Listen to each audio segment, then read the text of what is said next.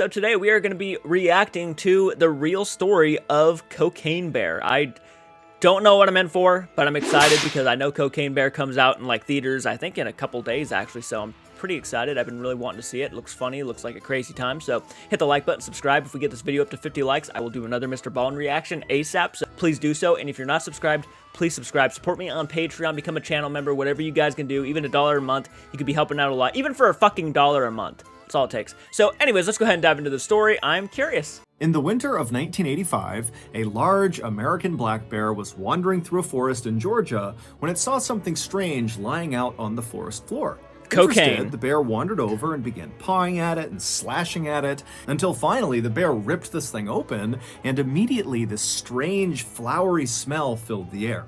Less than 10 minutes later, that bear would experience something that literally no other living thing on Earth has ever experienced. And that is just the beginning of one of the strangest stories that's about to take the world by storm, because a major motion picture has been made about this bear that's going to be released in February of 2023. But before we get into this totally bizarre story, if you're This month, that's crazy. I'm not sure when it comes out in theaters. I think, actually I looked it up, I think it comes out the 23rd, if I'm not mistaken. So yeah, I'm excited to see it, man. It looks like a lot of fun. It looks crazy. Hopefully, I can only hope the bear lived through this whole situation. I'm not sure what actually happened, but we are going to find out.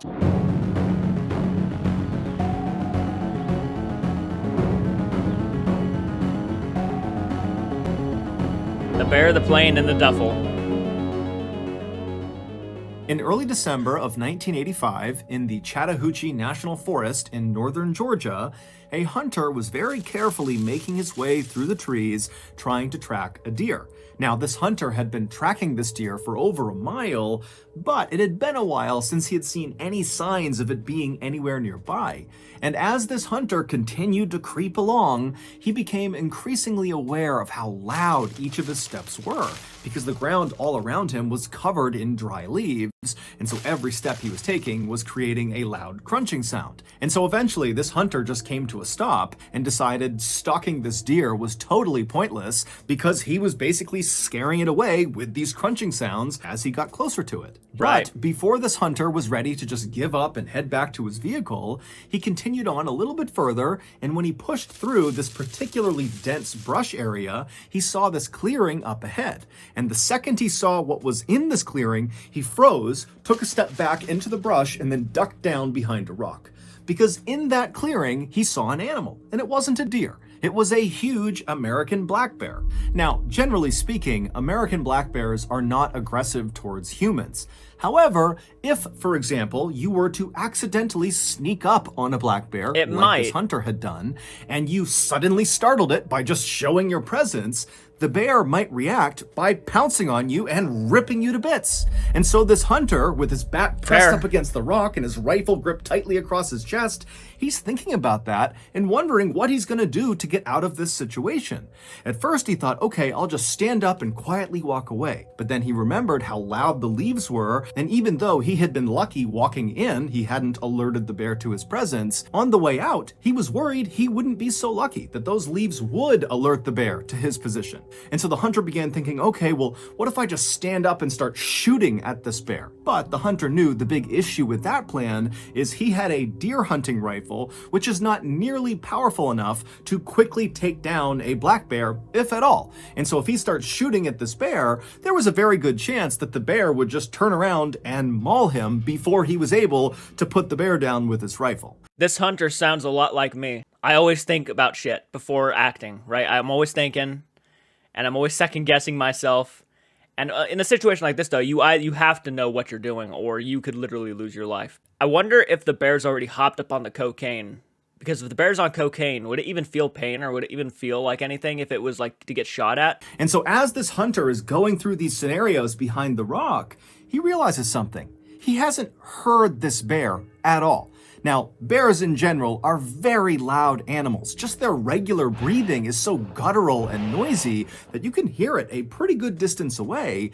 And the hunter's thinking to himself, I can't hear it breathing, and come to think of it, I haven't heard this bear once since I've been near it. And so the hunter very carefully stood up from behind his rock and turned around, and then he kind of peered forward into the brush, looking back into this clearing, and when he spotted the bear again, he realized immediately the bear was dead. The bear was kind of slumped forward, and its body almost looked like a deflated balloon. The hunter was so relieved, he almost started laughing. And so he stepped out from behind his rock, and he made his way through the brush into the clearing to get a better look at this bear. And when the hunter was right over the top of this bear looking down at it, something immediately struck him as very odd. This bear was far too young to have died of natural causes. However, after this hunter kind of poked and prodded the bear and lifted it up on either side to try to look underneath it, he couldn't see any visible injuries. It was like this bear had just randomly dropped dead. But the hunter didn't spend much time thinking about what happened to this bear. Instead, he thought to himself, there has to be some sort of logical explanation for what killed it. And with one last look at the bear on the ground, the hunter turned around and began the long walk back through the woods back to his vehicle. It would turn out there was an explanation for what happened to that bear. However, it was anything but logical.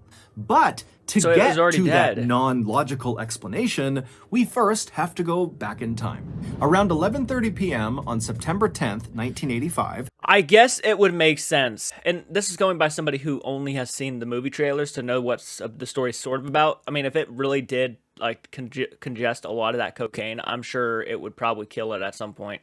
So 3 months before the hunter discovered this dead bear, two pilots were flying their little 6-seater Cessna airplane over northern Georgia, making their way north towards Tennessee. And as these pilots flew along very casually, they suddenly intercepted over their radio a voice message that they definitely were not supposed to hear. It sounded like other pilots communicating with each other, and what they were talking about was how they were now going to follow this little Cessna airplane that they could see that was currently flying over northern Georgia. Now, radio traffic like this can only really be intercepted if your radio that's doing the intercepting is physically close to the person doing the transmitting. And so knowing this, the two pilots in this little Cessna knew that whoever was talking about following that little Cessna, they had to be talking about them, the two pilots in that Cessna. Now, for most pilots, if you suddenly overheard a radio transmission that your plane was getting followed by some other pilots, you might reach out to those pilots and say, hey, why are you following me? What's going on? Now, the co-pilot of this little Cessna might have wanted to react that way. However, before he could, the main pilot stopped him and said, I actually know exactly why somebody might want to tail us, and unfortunately, we're both going to have to jump out of this plane. Before the co-pilot could really even react to this news, the main pilot had set the Cessna on autopilot, which sets the plane to fly in a straight direction going at a constant speed at a constant altitude until either a pilot comes back and takes the craft back over, or if it just stays on autopilot, it eventually will run out of fuel and crash or run into something. And so after the main pilot had done that, he turned to the co-pilot and gestured for him to come with him into the main cabin of the aircraft, basically the main body of the craft where all their luggage was. And the co-pilot, he's so confused about what's happening, he's so panicked that he just follows the main pilot. So the two of them, they climb back over the two front seats, they go into the main body of the craft, and the main pilot begins strapping parachutes onto some of their luggage. And as he's doing this, he tells the co-pilot to open up the side door of the plane. And so again, the co-pilot is just so caught off guard, he has no idea how to handle this. So he reaches over and he slides open this door of this moving plane. And as soon as he did, this huge rush of cold night air blasted inside of the cabin, and it became so loud from the howling wind coming in that the two pilots couldn't even talk to each other. And then the main pilot just began pushing the luggage out of the plane just into the night, falling straight down to the ground far, far below them. And at some point, the co-pilot just joined him and began pushing the luggage out of the plane. And then after all the luggage was out, the main pilot shoved a parachute into the hands of the co-pilot and said, put it on. He had to gesture for it because they couldn't hear each other. And so as this co-pilot's struggling to get on his parachute, the main pilot puts on his chute, and then right after the co-pilot has just barely got his parachute on, the main pilot pushes him out the side of the plane, and then the main pilot jumps out out after him. So they basically abandoned their plane, which was still set to autopilot, so at some point, it was just going to crash. About 5 hours later, in a suburb of Knoxville, Tennessee, an 85-year-old man named Fred Myers was just waking up. Fred always got up before sunrise. It was part of his daily routine. He would wake up, he would get dressed, he would wash and shave his face, and then he would sit down and read the local newspaper. This simple routine was actually very important to Fred because recently he had been diagnosed with Alzheimer's disease, which is a progressive disease that destroys memory. And so having this sort of set routine helped him manage his symptoms. Basically, at least in the morning, he could go into autopilot and go through this routine and not get confused. However, on this particular morning, something would happen that would leave Fred more confused than he had ever been in his entire life. Fred had made it to his bathroom, he had washed his face, and he had begun shaving when out of the corner of his eye, he noticed something strange outside in his driveway. He could see it through a nearby window, but it was still so dark outside, Fred couldn't tell what this thing was out there. And so feeling very curious, Fred put his razor blade down, and he made his way over to the window to get a better look. And when he reached the window and looked out at his driveway and saw what this strange thing was, he could not believe his eyes. There was this huge parachute out on his driveway, and on the parachute was the main pilot of the Cessna. After the main pilot had pushed the co-pilot out and leapt out himself, when he pulled his ripcord, his chute either didn't deploy or when it deployed, it didn't inflate fully, and so he was forced to go to his reserve chute, but it didn't inflate fast enough to stop him from crashing into the ground. And so the main pilot slammed into the ground, basically at terminal velocity, and so he sustained catastrophic internal injuries, and he died within a couple of minutes of hitting the ground. Holy Fred was shit. so stunned and confused at what he was looking at that without saying a word, he just turned away from his window and walked over to his phone and called the police, shaving cream still on his face. When the police arrived at Fred's house that morning, they were expecting to see a dead recreational skydiver on Fred's property. But when they walked up the driveway and saw the dead man for themselves, they knew right away this was not some recreational skydiver. He actually looked more like a soldier. He was wearing a bulletproof vest over some camouflage fatigues, and he had night vision goggles strapped to his head. But the dead man's shoe choice made the police think this guy could not possibly have been military, because on this guy's feet were not military-style combat boots like you would expect with the rest of his getup. Right. Instead, he was wearing loafers, specifically Gucci loafers, so very expensive designer shoes. And so the police are thinking to themselves, who the heck was this guy, and what was he doing? The police would... Sounds like he was harboring drugs is what he was doing, and he knew that if they caught them, they'd probably take those drugs or whatever they had on that plane. I'm surprised the guy didn't wake up after he heard the guy crash in his yard, but I guess, you know, if he's just passed out, you might not hear it.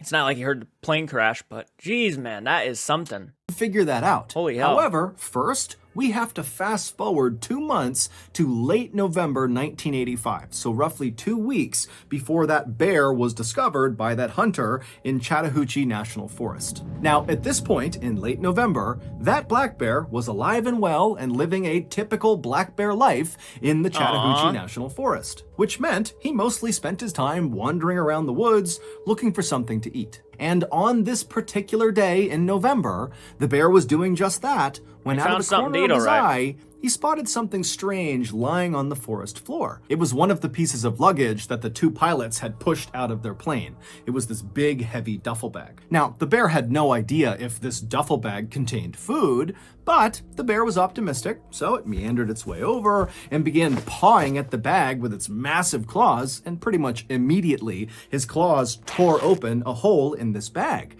And suddenly, the air all around this bear was filled with this glorious, flowery smell, so the bear put its nose directly into this rip in the bag and began sniffing and licking the contents of this bag. And apparently, the bear just loved it because it ate whatever was inside of the bag. all of it. And when he was Wow. done, the bear felt so good, he was so full of energy that he just started sprinting in a straight direction. And after running at top speed about 100 yards, every major system inside of this bear shut down all at once, and he died on the spot, collapsing in that clearing. And then, about 2 weeks later, that hunter walked into the Chattahoochee National Forest and discovered this dead bear. And then, within 24 hours, the hunter was back home, and he told one of his friends about discovering this dead bear. And when he told his friend about seeing this bear, he also kind of casually mentioned that he had seen a duffel bag in the forest not far from this dead bear. Now, to understand what this friend did next, you need some context. By this point in time, the police had actually figured out a lot about that dead man on Fred Myers' driveway, the main pilot of the Cessna. They knew he was a 40-year-old man named Andrew Thornton, who had served in the U.S. Army as a paratrooper, but after getting out of the service, he had kind of gone astray in his life and become a big-time smuggler of illegal goods. The police had also figured out by this point that Andrew, along with a co-pilot, had been the people flying that Cessna. They never found out the co-pilot? That eventually was found crashed into a mountainside in North Carolina. The co-pilot had survived the jump out of the Cessna, and so the police tracked him down, and they very quickly realized this co-pilot was really just a victim of Andrew. Andrew had told this guy they were just going to fly to the Bahamas for a vacation. And so when that plan completely evaporated, and suddenly Andrew is barking orders at this guy to open up the plane and push the luggage out and jump out, the co-pilot said he just totally panicked and just started doing whatever Andrew wanted. And so this guy was just totally terrified, and really all he could offer police was just to confirm that, yup, Andrew was the main pilot, and yes, we really did push his luggage out of the side of the plane over some forest in northern Georgia. The police believed the co-pilot and did not charge him with any crime. The police would go and search all over northern Georgia. It kind of makes sense why they didn't give his name. I mean, he really didn't do nothing wrong. He was just thrown into a horrible situation. It's crazy that Andrew got killed, though, in the situation. And man, does the movie really take this idea and it does something with it. That makes a complete sense that the bear would not be running around town murdering people. It probably wouldn't even last long if it had that much cocaine. And they would find the majority of the missing bags. However, they knew they were still missing some, and they knew they really needed to recover them. And so, around the time that this hunter is telling his friend about this bear encounter and this duffel bag, the police were constantly having news outlets tell people in northern Georgia that if you see one of these duffel bags attached to a big parachute or something, please come forward and tell us. We are looking for these. And so the hunter's friend thought, you know what? That duffel bag he mentioned out in Chattahoochee National Forest, which is in northern Georgia, might be one of those bags. And so the friend called authorities. Authorities were thrilled to get this tip, and so they charged out to the Chattahoochee National Forest, and they made their way out to where this dead bear was. And then sure enough, about 100 yards away from this bear was this bag, and it was one of the bags they were missing. Except the bag was empty, because, as we already know, that black bear had eaten everything inside of this bag. And as you might have guessed, that bag, along with every other bag that had been cast out of the Cessna that night, was full of cocaine.